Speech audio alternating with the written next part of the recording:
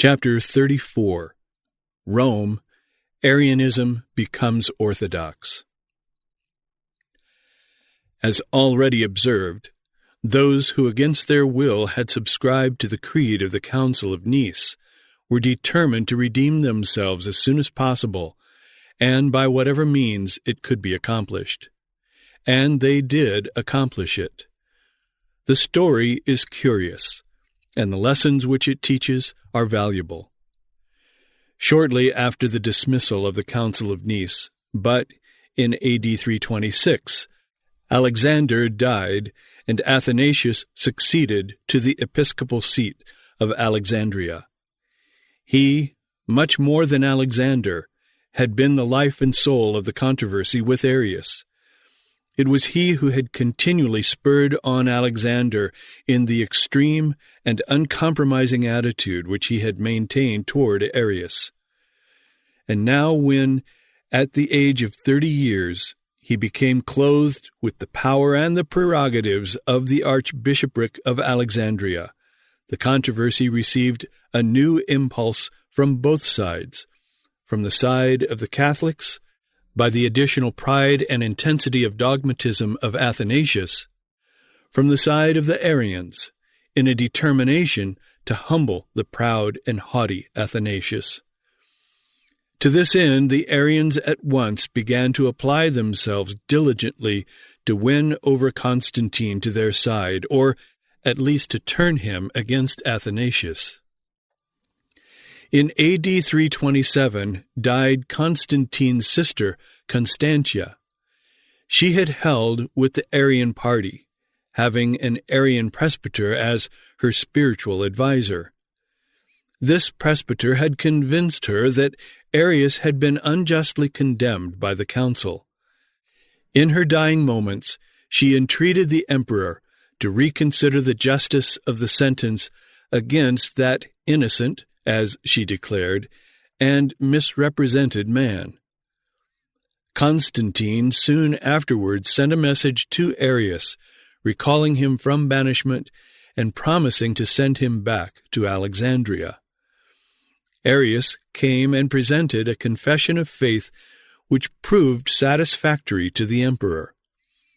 About the same time, Constantine also restored to favor the other two leading Arians, Eusebius of Nicomedia and Theognis of Ptolemais. They returned in triumph to their dioceses and rejected the bishops who had been appointed to their place. Hosius, having returned to his place in Spain, Constantine fell under strong Arian influences, and the Arian bishops began to use him for the accomplishment of their purposes. In AD 328, Constantine made a journey to Jerusalem to dedicate the church that he had built there, and Eusebius of Nicomedia and Theognis both accompanied him. Eustathius, the bishop of Antioch, was a Catholic. In their journey, Eusebius and Theognis passed through Antioch and set on foot a scheme to displace him. When they returned, a council was hastily called, and upon charges of immorality and heresy, Eustathius was deposed and banished by the imperial edict to Thrace. The city was divided into two fierce and hostile factions. They were on the verge of a civil war, and Antioch, where the Christians had first formed themselves into a Christian community, but for the vigorous interference of civil power and the timely appearance of an imperial commissioner, might have witnessed the first bloodshed, at least in the East, in a Christian quarrel. Next, the Arian prelates exerted their influence to have the emperor fulfill his promise of restoring Arius to his place in Alexandria. They tried first by friendly representations and petitions, and at last by threats, to induce Athanasius to admit Arius again to membership in the church, but he steadily refused. Then they secured from the emperor a command that Athanasius should receive Arius and all his friends who wished to be received to the fellowship of the Church of Alexandria, declaring that unless he did so, he should be deposed and exiled. Athanasius refused, and Constantine neither deposed him nor exiled him. Then the Arians invented against him many charges. Constantine summoned him to Nicomedia to answer. He came and was fully acquitted, and the emperor sent him back with a letter to the Church of Alexandria, in which he pronounced him a man of God. The Arians then brought new accusations against him, this time even to the extent of murder. A synod of bishops was appointed to meet at Tyre to investigate these charges. As the synod was wholly Arian, Athanasius declined to appear. But at the positive command of the emperor he came, and succeeded in clearing himself of all the charges that could be tried in the synod. But as there were certain other charges which required to be investigated in Egypt, a committee was appointed for the purpose. Yet it was decreed by the synod that no one who belonged to the party of Athanasius should be a member of the committee. The committee reported against Athanasius, as it was expected to do, and by the synod he was deposed from the archbishopric of Alexandria. Athanasius appealed to the emperor, and went to Constantinople to present his plea. As Constantine rode along the street, he was met by a band of ecclesiastics, in the midst of which he recognized Athanasius. The offended emperor, with a look of silent contempt, urged his horse onward, when Athanasius loudly exclaimed, "God shall judge between thee and me, since thou thus espousest the cause of my calumniators. I demand only that my enemies be summoned and my cause heard in the imperial presence." Constantine consented, and the Arian accusers were summoned to appear. At the head of the accusers were both Eusebius of Nicomedia and Eusebius of Caesarea, who were now in high favor with Constantine. When the investigation was opened, however, all the old charges were abandoned, and one entirely new was brought, which was much more likely to have weight with the emperor than all the others put together. Constantinople, as well as Rome, was dependent upon Egypt for the wheat which supplied bread to its inhabitants. Athanasius was now accused of threatening to force Constantine to support him by stopping the supplies of grain from the port of Alexandria. Whether Constantine really believed this charge or not, it accomplished its purpose. Athanasius was again condemned and banished to Treves in Gaul, February A.D. 336. The return of Arius to Alexandria was the cause of continued tumult, and he was called to Constantinople.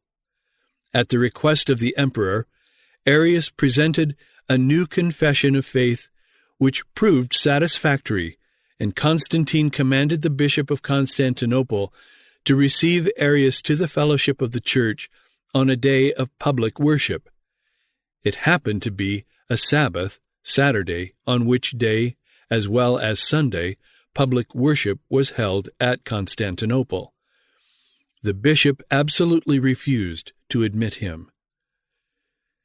The Arians, under the authority of the emperor, threatened that the next day, Sunday, they would force their way into the church and compel the admission of Arius to full membership in good and regular standing. Upon this, the Athanasian party took refuge in prayer. The bishop prayed earnestly that, rather than the church should be so disgraced, Arius might die. And naturally enough, Arius died on the evening of the same day. In Constantinople, where men were familiar with Asiatic crimes, there was more than a suspicion of poison. But when Alexander's party proclaimed that his prayer had been answered, they forgot what then that prayer must have been, and that the difference is little between praying for the death of a man and compassing it. The Bishop of Constantinople conducted a solemn service of thanksgiving. Athanasius, in a public epistle, alludes to the fate of Judas, which had befallen the traitor to the co-equal dignity of the Son. His hollow charity ill disguises his secret triumph, and to Athanasius, ever afterward, the death of Arius was a standing argument and a sufficient evidence that in the death of the heretic, God had condemned the heresy. Petition after petition was presented to Constantine for the return of Athanasius to his place in Alexandria. But the emperor steadily denounced him as proud, turbulent, obstinate, and intractable, and refused all petitions. In 337, in the presence of death, Constantine was baptized by an Arian bishop, and thus closed the life of him upon whom a grateful church has bestowed the title of the Great, though tested by character.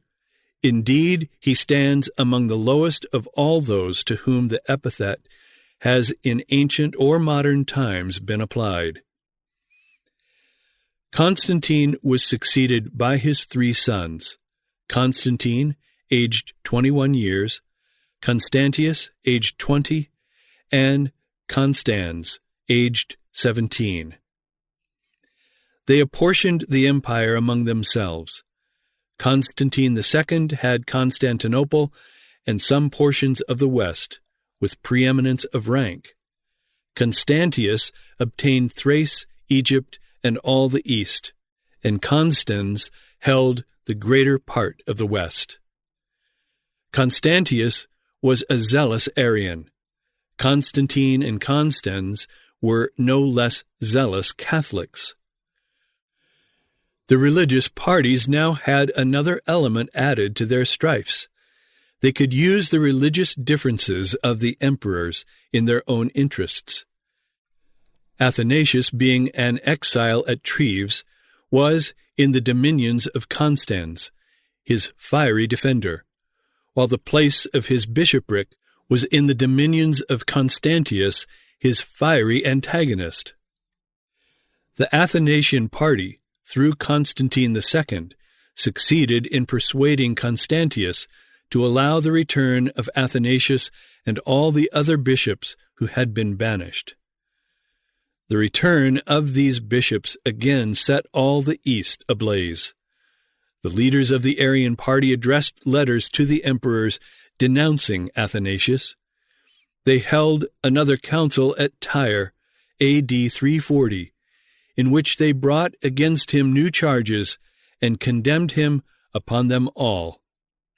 Immediately afterward, a rival council was held at Alexandria, which acquitted Athanasius of all things in which the other council had condemned him.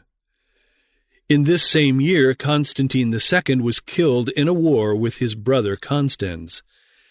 This left the empire and the religion to the 2 brothers, Constantius in Constantinople and the east, Constans in the west. In the dominions of Constans, all Arians were heretics. In the dominions of Constantius, all Catholics were heretics. The religious war continued and increased in violence. In A.D. 341, another council, consisting of 90 bishops, was held at Antioch in the presence of the Emperor Constantius. This council adopted a new creed, from which the homoousion was omitted. They ratified the decrees of the Council of Tyre of the preceding year, in which Athanasius was condemned, and they appointed in his place a bishop of their own party named Gregory. At the command of Constantius, the imperial prefect issued an edict announcing the degradation of Athanasius and the appointment of Gregory. With an escort of 5,000 heavy armed soldiers, Gregory proceeded to Alexandria to take possession of his bishopric. It was evening when he arrived at the church at which Athanasius officiated, and the people were engaged in the evening service. The troops were posted in order of battle about the church, but Athanasius slipped out and escaped to Rome, and Gregory was duly and officially installed in his place. The Athanasians, enraged at such proceedings, set the church afire. Scenes of savage conflict ensued. The churches were taken, as it were, by storm, and every atrocity was perpetrated by unbridled multitudes, embittered by every shade of religious faction. Similar scenes were soon after enacted in Constantinople, A.D. 342. In 338 occurred the death of Alexander, the bishop of Constantinople, who had prayed Arius to death. The Arians favored Macedonius.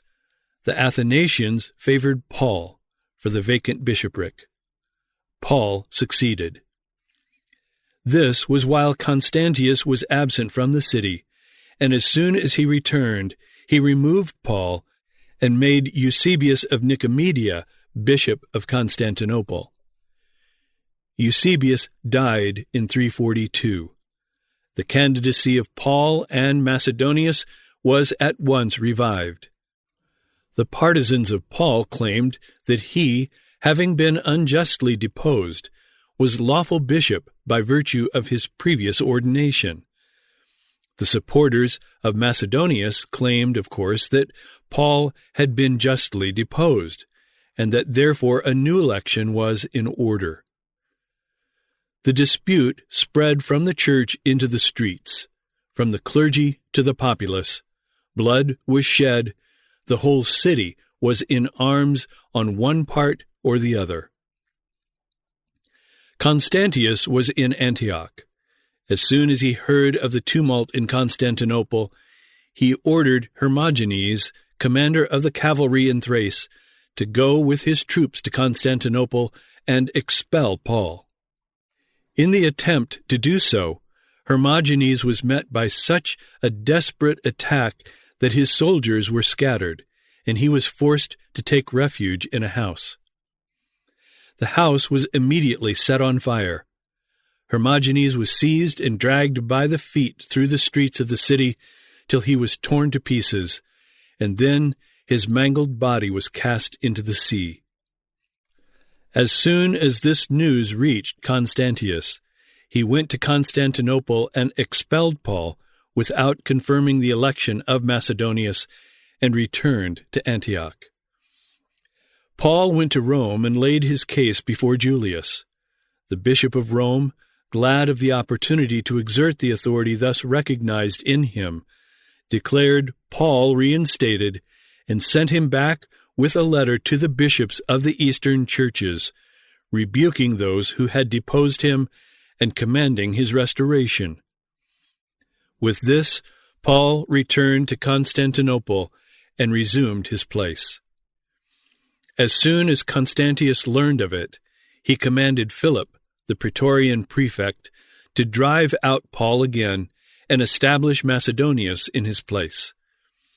The prefect, bearing in mind the fate of Hermogenes, did not attempt to execute his order openly, but, on pretense of public business, sent a respectful message to Paul requesting his assistance. Paul went alone, and as soon as he arrived, the prefect showed him the emperor's order, carried him out through the palace a back way, put him on board a vessel that was waiting, and sent him away to Thessalonica. Paul was out of the way, but Macedonius was not yet in his place. This part of the program must now be carried out. The prefect, in his chariot, surrounded by a strong body of guards with drawn swords, with Macedonius at his side in full pontifical dress, started from the palace to the church to perform the ceremony of consecration. By this time the rumor had spread throughout the city, and in a wild tumult both parties rushed to the church. The soldiers were obliged to hew their way through the dense and resisting crowd to the altar, and over the dead bodies of 3,150 people, Macedonius passed to the episcopal throne of Constantinople. About the time that Athanasius reached Rome, when he fled from the invasion of Gregory, 3 messengers from the council that had condemned him also arrived there. The bishop of Rome summoned the accusers of Athanasius to appear before a council which he would hold in Rome. But they disclaimed his jurisdiction and denied his right to rejudge the cause of a bishop who had already been condemned by a council. Julius proceeded, however, with the council, which was composed of 50 bishops. They unanimously pronounced Athanasius innocent of all the charges laid against him, and declared his deposition unlawful. This, instead of settling the difficulty, rather increased it. Another council was held shortly afterward at Milan in the presence of the Emperor Constans, which confirmed the decision of the council at Rome, A.D. 343. As the original council at Antioch had been held in the presence of Constantius, and as this one was now held in the presence of Constans, both divisions of the empire were now involved. The next step, therefore, was to call for a general council. Accordingly, at the joint command of the 2 emperors, a general council was ordered, which met at Sardica, A.D. 345-6. The number of bishops was 170, 96 from the west and 74 the east. Among the bishops came Athanasius and some others who had been condemned in the east. The eastern bishops therefore demanded that these should be excluded from the council. The western bishops refused, upon which the eastern bishops all withdrew and met in rival council at Philippopolis. In these 2 cities sat the rival councils, each asserting itself the genuine representative of Christendom, issuing decrees and anathematizing their adversaries. The bishops at Sardica complained that the Arians had inflicted upon them deeds of violence by armed soldiers, and by the populace with cudgels had threatened to prosecute them before the magistrates, had forged letters against them, had stripped virgins naked, had burnt churches, and had imprisoned the servants of God.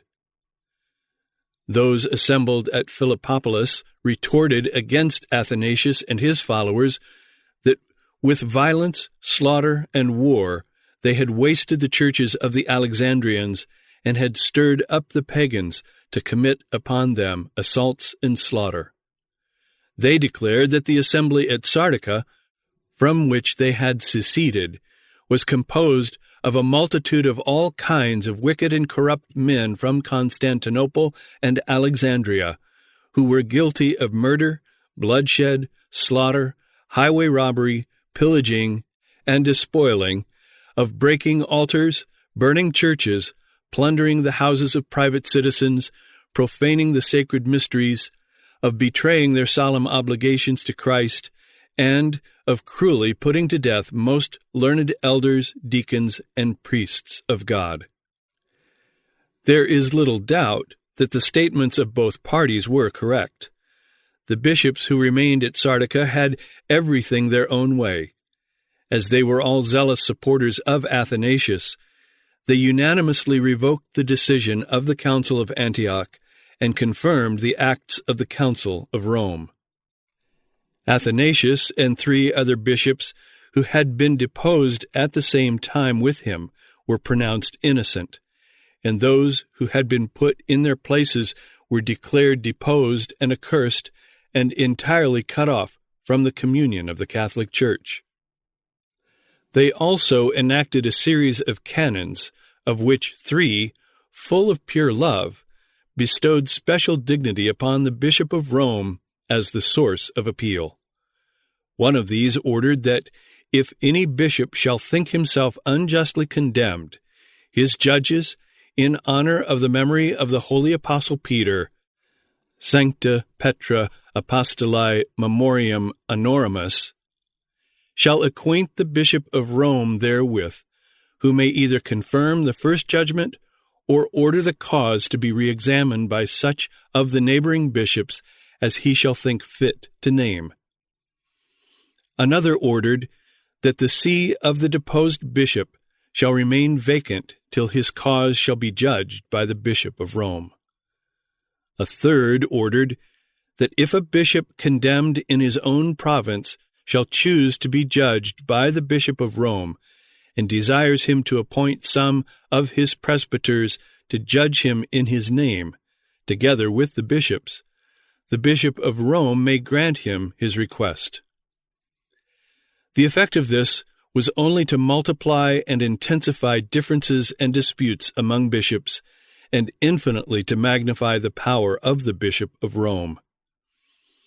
Athanasius, though fully supported by the council, preferred to remain under the protection of Constans rather than risk the displeasure of Constantius by returning to Alexandria. He remained 2 years in the West, during which time he was often the guest of the Emperor Constans, and made such use of these opportunities that in A.D. 349 Constans signified by a concise and peremptory epistle to his brother Constantius that unless he consented to the immediate restoration of Athanasius, he himself, with a fleet and army, would seat the archbishop on the throne of Alexandria. Constantius was just at this time threatened with war with Persia, and fearing the result if war should be made upon him at the same time by his brother, he yielded and became as effusive in his professed friendship for Athanasius as he had formerly been in his genuine hatred. Constantius invited Athanasius to Antioch, where the two secret enemies met with open profession of friendship and even with manifestations of mutual respect and cordiality. Constantius ordered all the accusations against Athanasius to be erased from the registers of the city, and with a letter of commendation, couched in terms of courtly flattery, he sent the archbishop on his way to Alexandria. The Arian bishop Gregory was dead, and Athanasius, amid the universal joy, re-entered the city. The bishops crowded from all parts to salute and congratulate the prelate who had thus triumphed over the malice of even imperial enemies. Incense curled up in all the streets. The city was brilliantly illuminated. In February A.D. 350, Constans was murdered by the usurper Magnentius, and in 353 Constantius became sole emperor by the final defeat and death of the usurper. Constantius no sooner felt himself assured of the sole imperial authority than he determined to execute vengeance upon Athanasius and make the Arian doctrine the religion of the whole empire. Yet he proposed to accomplish this only in orthodox fashion, through a general council.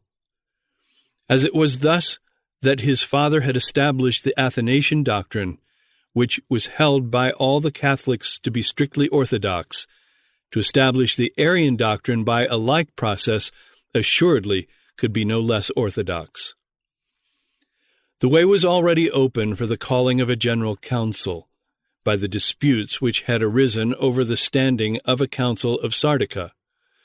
That council, when it was called, was intended to be general. But when the Eastern bishops seceded, they, with all the other Arians in the empire, denied that those who remained could by any fair construction be termed a general council. More than this, when the Eastern bishops seceded, there were but 94 remaining at Sardica, whereas the Council of Antioch, whose acts the bishops at Sardica had condemned, was composed of 90 bishops who acted with the direct approval of Constantius himself. Upon this, it was argued that the Council of Sardica was no more entitled to the dignity of a general council than was that of Antioch. Further, Liberius, who became Bishop of Rome May 22 AD 352, had already petitioned Constantius for a general council. Constantius summoned the council to meet at Arles, AD 353. Liberius was not present in person, but he sent as his representatives 2 bishops in whom he reposed entire confidence. We know not how many bishops were in this council, but when they assembled, it was found that the Arian bishops were in the majority, and they insisted first of all upon the condemnation of Athanasius. The Catholic bishops argued the question of the faith ought to be discussed before they should be required to condemn him, but the Arians insisted upon their point. Constantius came to the support of the Arians with an edict sentencing to banishment all who would not sign the condemnation of Athanasius. The representatives of Liberius proposed a compromise to the effect that they would sign the condemnation of Athanasius if the Arians would likewise condemn as heresy the doctrine of Arius. The Arians had them reduce this proposition to writing, that they might have it as a testimony afterward, and then, knowing the advantage which they held by this concession, and under the edict of Constantius, they insisted more strenuously than ever upon the unconditional condemnation of Athanasius. Finding that there was no escape, the representatives of Liberius and all the other Athanasian bishops but one signed the document. The one bishop who refused was Paulinus of Treves. He was accordingly banished and died in exile 5 years afterward. Liberius refused to confirm the action of his representatives and utterly rejected the action of the council. In fact, he was so scandalized by the disgraceful surrender of his legates that in a letter to Hosius he expressed himself as willing to wash out with his blood the stain which the scandalous conduct of his legates had brought upon his character. To relieve him from his distress, Lucifer, bishop of Cagliari in Sardinia, advised him to ask the emperor for another council, offering to go himself to Arles and present the request to Constantius. Liberius accepted the proposition, and Lucifer, accompanied by a presbyter and a deacon of the Church of Rome, went to Constantius and presented the letter of Liberius. Constantius granted his request and appointed a council to meet at Milan in the beginning of the year 355. The council met accordingly to the number of more than 300 bishops of the West, but only a few from the East. This council was but a repetition on a larger scale of that at Arles. Constantius insisted, without any qualification, that the bishops should sign the condemnation of Athanasius. He took a personal interest in all the proceedings. Like his father at the Council of Nice, he had the meetings of the council held in the imperial palace and presided over them himself. Constantius not only demanded that the Catholic bishops should sign the condemnation of Athanasius, but that they should also sign an Arian formula of faith. They pleaded that the accusers of Athanasius were unreliable. Constantius replied, "I myself am now the accuser of Athanasius, and on my word, Valens and the others, the accusers, must be believed." They argued that this was against the canon of the Church. Constantius replied, "My will is the canon," and appealed to the Eastern bishops, who all assented that this was correct. He then declared that whoever did not sign might expect banishment. At this, the Orthodox bishops lifted up their hands beseechingly toward heaven and prayed the emperor to fear God, who had given him the dominion, that it might not be taken from him. Also to fear the day of judgment, and not to confound the secular power with the law of the Church, nor to introduce into the Church the Arian heresy. They forgot that they themselves, many of them at least, had unanimously approved in Constantine at the Council of Nice the identical course which now they condemned in Constantius at the Council of Milan. In their approval of the action of Constantine in forcing upon others what they themselves believed, they robbed themselves of the right to protest when Constantius or anybody else should choose to force upon them what somebody else believed. They ought not to have thought it strange that they should reap what they had sown. Constantius, yet further to imitate his father, claimed to have had a vision, and that thus, by direct inspiration from heaven, he was commissioned to restore peace to the afflicted church. At last, by the inspiration of flatteries, persuasions, bribes, menaces, penalties, exiles, the Council of Milan was brought to a greater unanimity of faith than even the Council of Nice had been. For there, out of the 318 bishops, 5 were banished, while here, out of a greater number, only 5 were banished. Surely, if a general council is of any authority, the Council of Milan must take precedence of the Council of Nice, and Arianism be more orthodox than Athanasianism. The banished ones were Dionysius of Milan, Eusebius of Vercelli, Lucifer, and 2 other representatives of Liberius, Pancratius and Hilary. Hilary was cruelly beaten with rods before he was sent away. The documents which had been signed, all the other Western bishops, like their colleagues at Milan, were to be forced to sign, and the whole West compelled to hold communion with the Arians. Liberius rejected the decisions of the council and still defended Athanasius. Constantius sent one of his chief ministers with presents to bribe and a letter to threaten him. Liberius rejected the bribes and disregarded the threats, and in return cursed all Arian heretics and excommunicated Constantius. The officer returned to Milan and reported his failure. Upon this, the emperor sent peremptory orders to the prefect of Rome to arrest Liberius and bring him to Milan.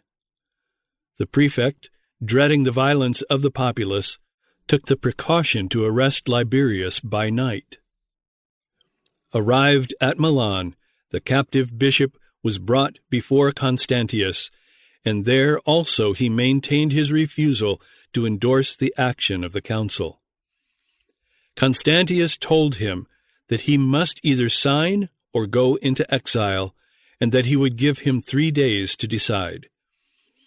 Liberius answered that he had already decided, and that he should not change his mind in 3 days, nor in 3 months. Therefore the emperor might as well send him that minute to whatever place he wanted him to go to. Nevertheless, Constantius gave him the 3 days, but before they were passed, sent for him again, hoping to persuade him to yield.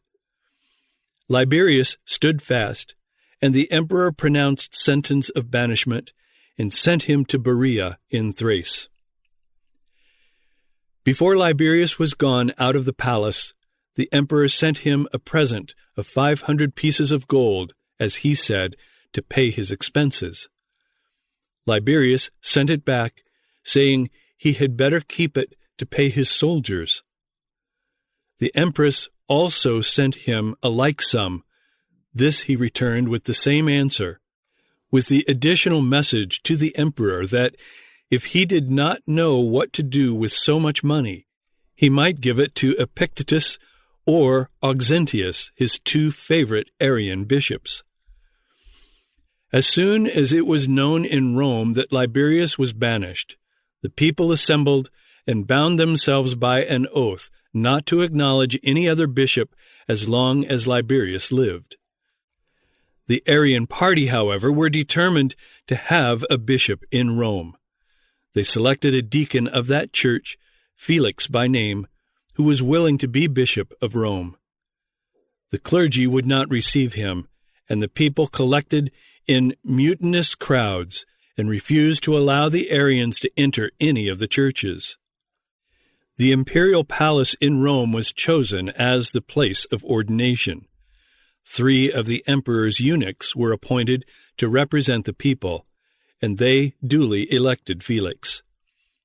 3 bishops of the court were appointed to represent the clergy, and they ordained the new bishop. The intrusion of Felix created a great sedition, in which many lost their lives. Another bishop, whose endorsement of the Creed of Milan was scarcely less important than that of Liberius himself, was Hosius of Cordova, who had been one of the chief factors in forming the union of church and state. He was one of the bishops who visited Constantine in Gaul in AD 311 and was one of Constantine's chief advisers afterward in all his course until after the Council of Nice. It was upon his advice and motion, more than any other, that the Council of Nice was called, and it was his influence more than any other that caused Constantine to command that homoousion should be inserted in the Nicene Creed. His name was the first that was set to the Creed of Nice. His name likewise was the first that was set to the decrees of the Council of Sardica, over which he presided, and it was he who secured the adoption in that council of the canons which made the Bishop of Rome the source of appeal. He was now about 100 years old. Constantius determined to have the signature of Hosius to the decisions of the Council of Milan. The emperor summoned him to Milan, and when he came, entertained him for several days before suggesting his purpose. As soon as he did suggest it, however, Hosius declared that he was ready to suffer now under Constantius as he had suffered 60 years before under his grandfather Maximian, and in the end made such an impression upon Constantius that he allowed him to return unmolested to Cordova. But it was not long before the favorites of Constantius prevailed upon him to make another attempt to bring Hosius to terms. He first sent him flattering and persuasive letters, and when these failed, he proceeded to threats. But all were unavailing, and Hosius was banished to Sirmium. His relations were stripped of all their estates and reduced to beggary, but all without avail. Next he was closely imprisoned. Still he refused. Then he was cruelly beaten, and finally put to the rack, and most inhumanly tortured. Under these fearful torments, the aged bishop yielded, AD 356, and signed. The case of Hosius deserves, without all doubt, to be greatly pitied, but it would be still more worthy of our pity and compassion had he been himself an enemy to all persecution. But it must be observed that he was the author and promoter of the first Christian persecution, for it was he who first stirred up Constantine against the Donatists, many of whom were sent into exile, and some even sentenced to death, nay, and led to the place of execution. The surrender of Hosius was counted as the most signal of victories. It was published throughout the whole East, and caused the greatest rejoicing among the Arians everywhere. The next step was for Constantius to remove Athanasius from the archbishopric of Alexandria. It was now 26 months from the close of the Council of Milan, during which time Constantius had been paving the way for his final expulsion. As soon as the council closed, an order was sent to the prefect of Alexandria to deprive Athanasius of the imperial revenue and give it to the Arians. At the same time, all who held public office were commanded wholly to abandon the cause of Athanasius and to communicate with the Arians only. Messengers were sent into the provinces bearing the emperor's authority to compel the bishops to communicate with the Arians or to go into exile. Now he sent 2 of his secretaries and some other officials of the palace to Alexandria to banish Athanasius.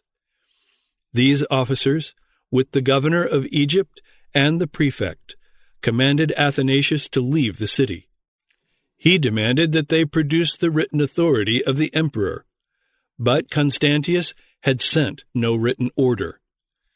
Athanasius, supported by the people, refused to obey any verbal order.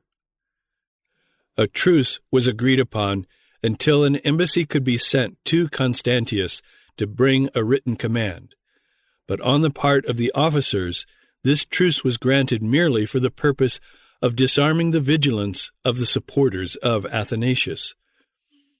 The officers immediately began with the greatest possible secrecy to gather the necessary troops into the city. When 23 days had thus been spent, a force of 5,000 troops held possession of the most important parts of the city. The night before a solemn festival day of the church, Athanasius was conducting the services in the church of St. Theonas. Suddenly, at midnight, there was all about the church the sound of trumpets, the rushing of horses, and the clash of arms. The doors were burst open, and with the discharge of a cloud of arrows, the soldiers with drawn swords poured in to arrest Athanasius. The cries of the wounded, the groans of those who were trampled down in attempting to force their way out through the soldiery, the shouts of the assailants, mingled in wild and melancholy uproar. In the tumult, Athanasius again escaped. Counts, prefects, tribunes, whole armies were successively employed to pursue a bishop and a fugitive. The vigilance of the civil and military powers was excited by the imperial edicts. Liberal rewards were promised to the man who should produce Athanasius either alive or dead, and the most severe penalties were denounced against those who should dare to protect the public enemy. Yet Athanasius succeeded in so perfectly concealing himself for more than 6 years that Constantius died without ever finding him. Athanasius was gone. The next thing was to install an Arian bishop in his place. Their choice fell on George of Cappadocia, who was more savage and cruel than Gregory, the Arian bishop who had been appointed to this place before. George's original occupation was that of a parasite, by which means he secured the contract for supplying the army with bacon. His employment was mean. He rendered it infamous. He accumulated wealth by the basest arts of fraud and corruption, which finally became so notorious that he had to flee from justice. The Arian bishop of Antioch made him a priest and a church member at the same time. Surrounded by armed troops, George was now placed on the episcopal throne, and during at least 4 months, Alexandria was exposed to the insults of a licentious army stimulated by the ecclesiastics of a hostile faction. Every kind of violence was committed, and the same scenes of violence and scandal which had been exhibited in the capital were repeated in more than 90 episcopal cities of Egypt. The entrance of the new archbishop was that of a barbarian conqueror, and each moment of his reign was polluted by cruelty and avarice. In AD 357, Constantius visited Rome and celebrated a triumph. The leading women of the Church determined to take advantage of the opportunity thus offered to present a petition for the recall of Liberius. They first tried to press their husbands into the service of approaching the emperor by threatening to leave and go in a body to Liberius and share his exile. The husbands replied that the emperor would be much less likely to be offended by the visit of a delegation of women than of men, and that thus there would be more hope of really securing the recall of the banished bishop. The women agreed that the suggestion was a wise one, and having adorned themselves in the most splendid attire, that their rank might be evident from their appearance, they proceeded to the imperial palace.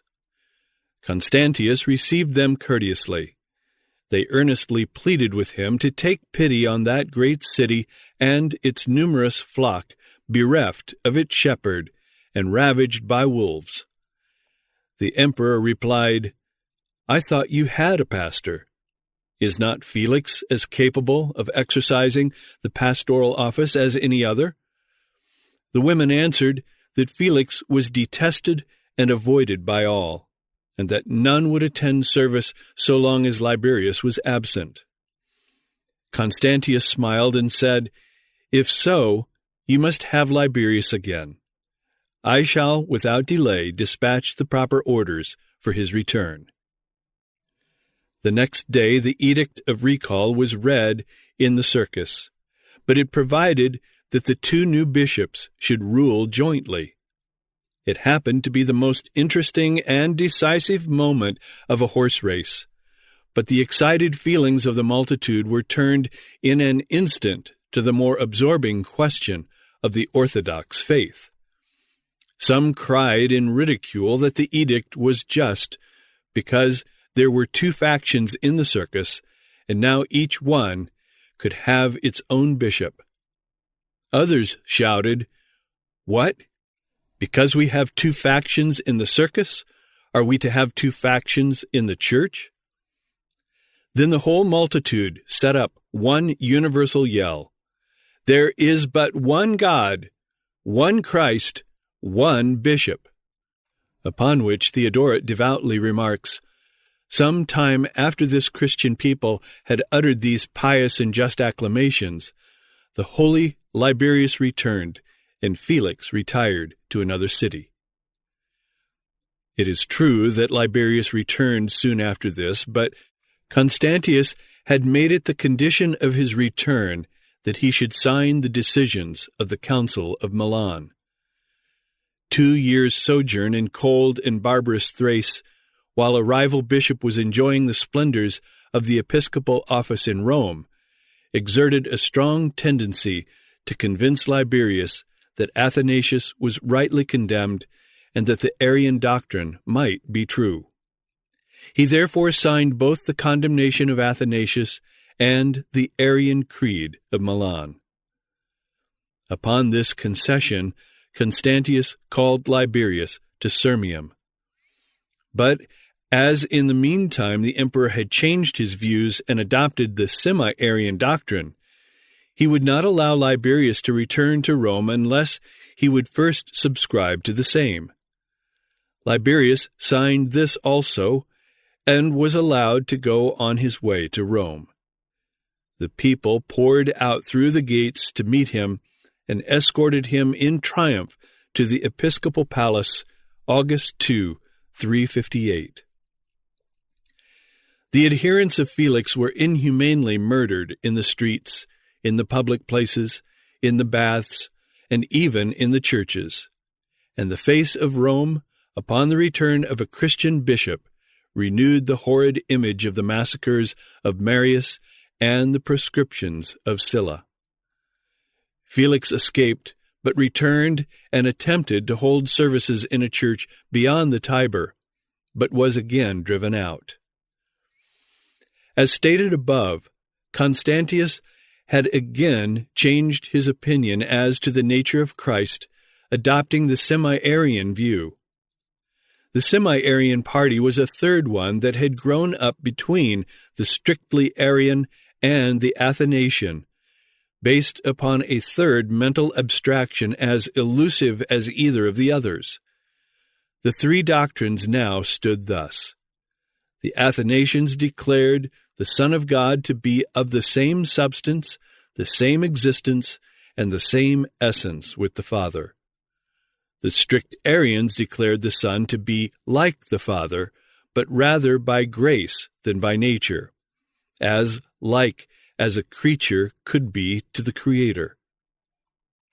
The semi-Arians declared the Son to be like the Father in nature, in existence, in essence, in substance, and in everything else.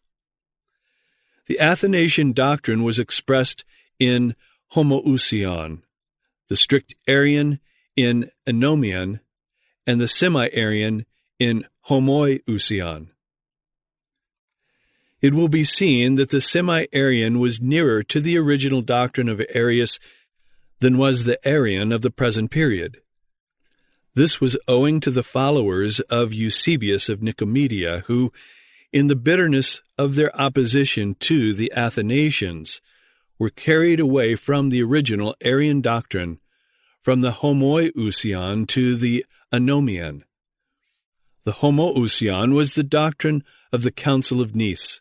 The anomian was the doctrine of the Council of Milan, and the homoiousion was the doctrine now held by Constantius and a company that actually outnumbered the Arians. In furtherance of his visionary commission to give peace to the Church, Constantius determined to call a general council and have the semi-Arian doctrine adopted. The council was first appointed to meet at Nicomedia, A.D. 358, but while the bishops were on the way there, an earthquake destroyed that city. The appointment was then changed to Nice in early summer 359.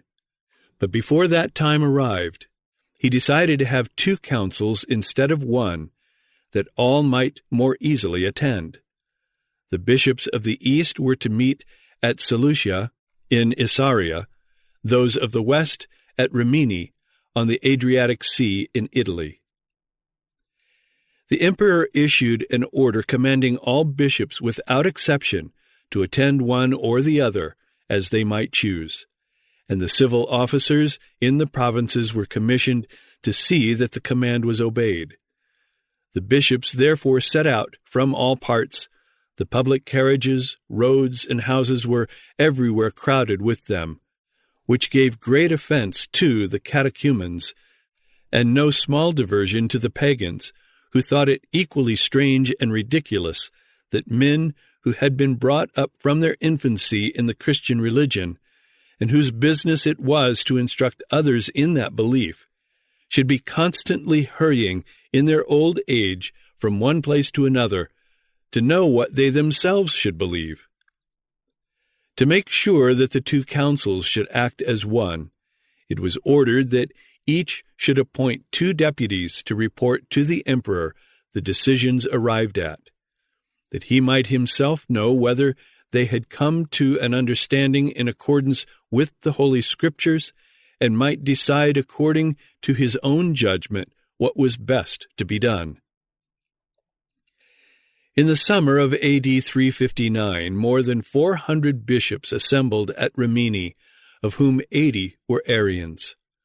160 assembled at Seleucia, of whom 105 were semi-Arians, about 40 were Arians, while the Catholics were still fewer in number. A civil officer of high rank was appointed to represent the emperor at each council. The one appointed to Rimini was directed not to allow any bishop to go home until all had come to one mind concerning the faith.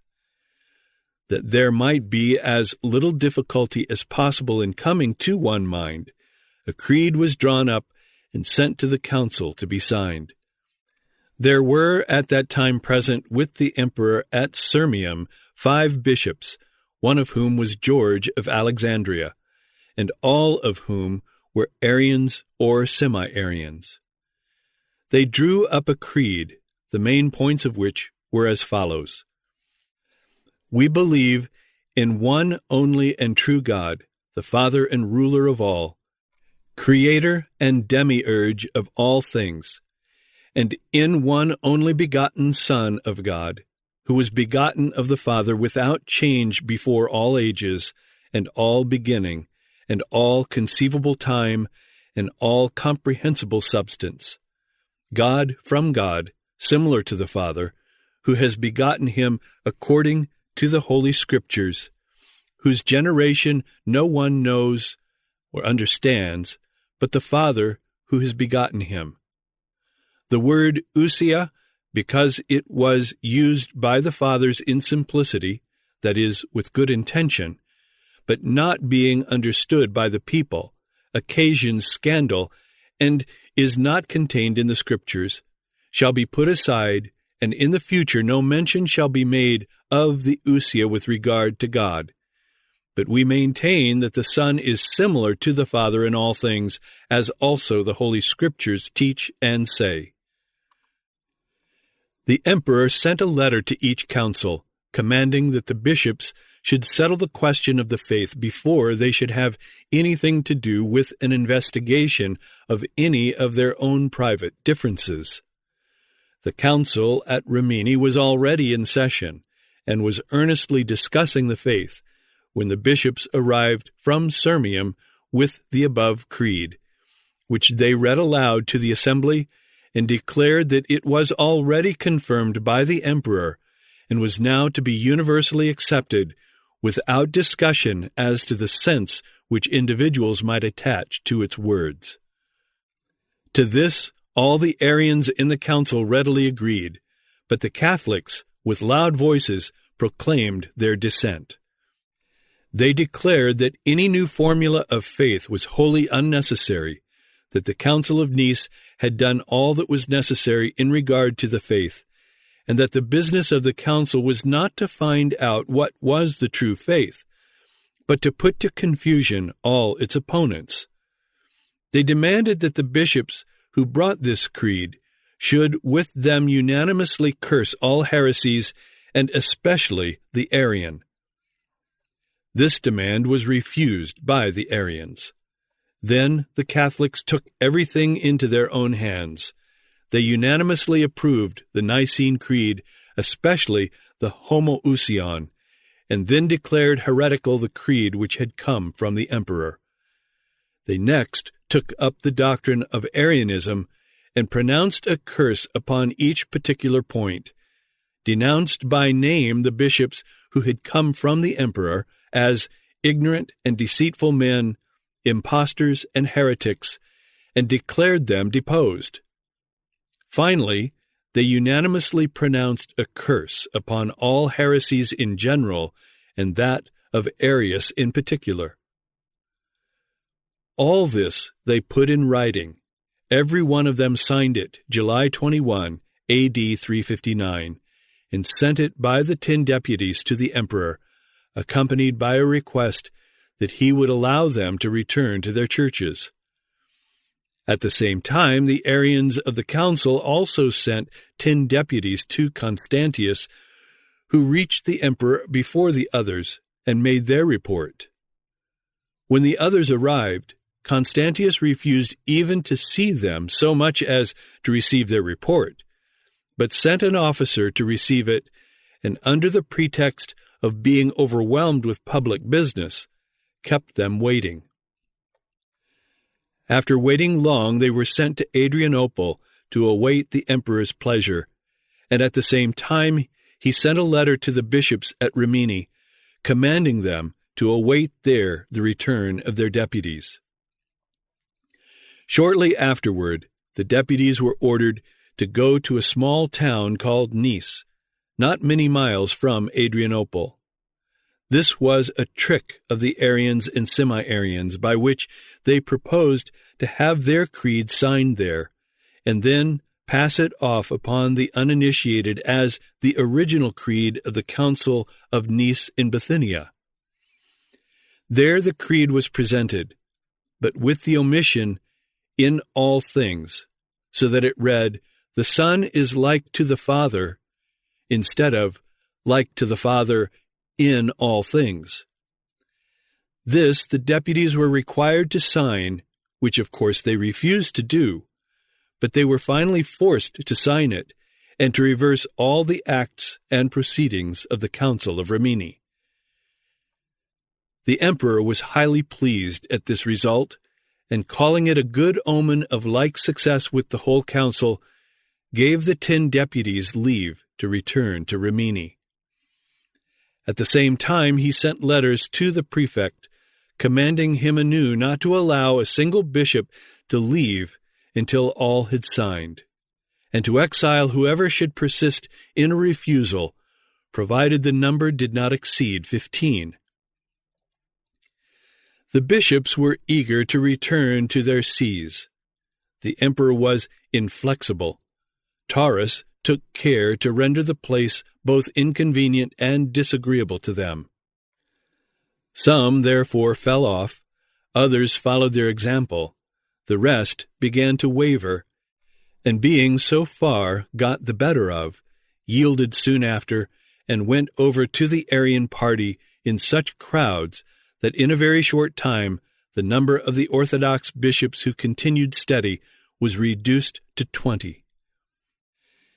At the head of these 20 was a certain Phoebadius, and they determined invincibly to hold their position. Nevertheless, they were caught by a trick that the veriest tyro ought to have seen. 2 bishops in particular, Ursacius and Valens, had charge of the creed, and they pretended, in the interests of peace, to be willing to make a concession and to insert such alterations and additions as might be agreeable to Phoebadius, who exulted over the proud distinction which would thus be his as the guardian and preserver of orthodoxy. They came together and began to reconstruct the creed. First were inserted some curses against the Arian heresy, then an addition declaring the Son to be equal to the Father, without beginning and before all things. When this was written, Valens proposed that in order to leave no room whatever for any new disputes or any question upon this point, there should be added a clause declaring that the Son of God is not a creature like other creatures. To this the 20 bishops assented, blindly overlooking the fact that in admitting that the Son was not a creature like other creatures, they did indeed place him among the creatures and admitted the very point upon which the Arians had all the time insisted. Thus all were brought to the unity of the faith. The council broke up, and the bishops departed to their homes. The council was passed, and no sooner did the Arians find themselves secure than they loudly proclaimed the victory which they had gained. They gloried in the fact that the great council of Rimini had not declared that the Son was not a creature, but only that he was not like other creatures. They affirmed that it was, and always had been, their opinion that the Son was no more like the Father than a piece of glass was like an emerald. Upon examination of the creed, the 20 bishops were obliged to confess that they had been entrapped. They renounced the creed and publicly retracted all they had said, done, or signed repugnant to the truths of the Catholic Church. The Companion Council, which was called at Seleucia, met September 27, 359. But as there were 3 distinct parties, besides individuals who differed from all, there was among them such utter confusion, tumult, and bitterness, that after 4 days of angry debate, in which the prospect became worse and worse, the imperial officer declared that he would have nothing more to do with the council and told them they could go to the church if they wanted to and indulge in this vain babbling there as much as they pleased. The parties then met separately, denounced, condemned, and excommunicated one another, and sent their deputies to Constantius, who spent a whole day and the greater part of the night, December 31, 359, in securing their signatures to the confession of faith which he had approved. The emperor's confession was then published throughout the whole empire, and all bishops were commanded to sign it under penalty of exile upon all who refused. This order was executed with the utmost rigor in all the provinces of the empire, and very few were found who did not sign with their hands what they condemned in their hearts. Many who till then had been thought invincible were overcome and complied with the times, and such as did not were driven without distinction from their sees into exile, and others appointed in their room, the signing of that confession being a qualification indispensably requisite both in obtaining and keeping the episcopal dignity.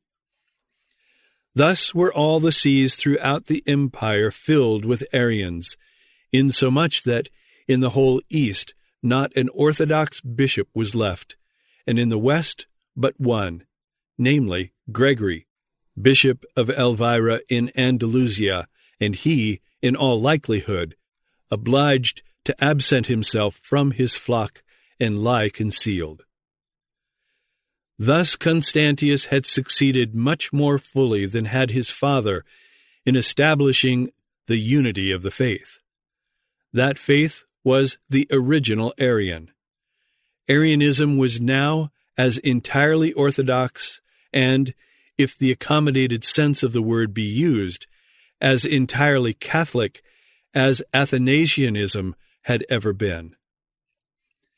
Having, like his father, by the aid of the bishops, united the world under one head, and brought the opinions respecting the deity to a condition of settled uniformity, the Emperor Constantius died the following year, A.D.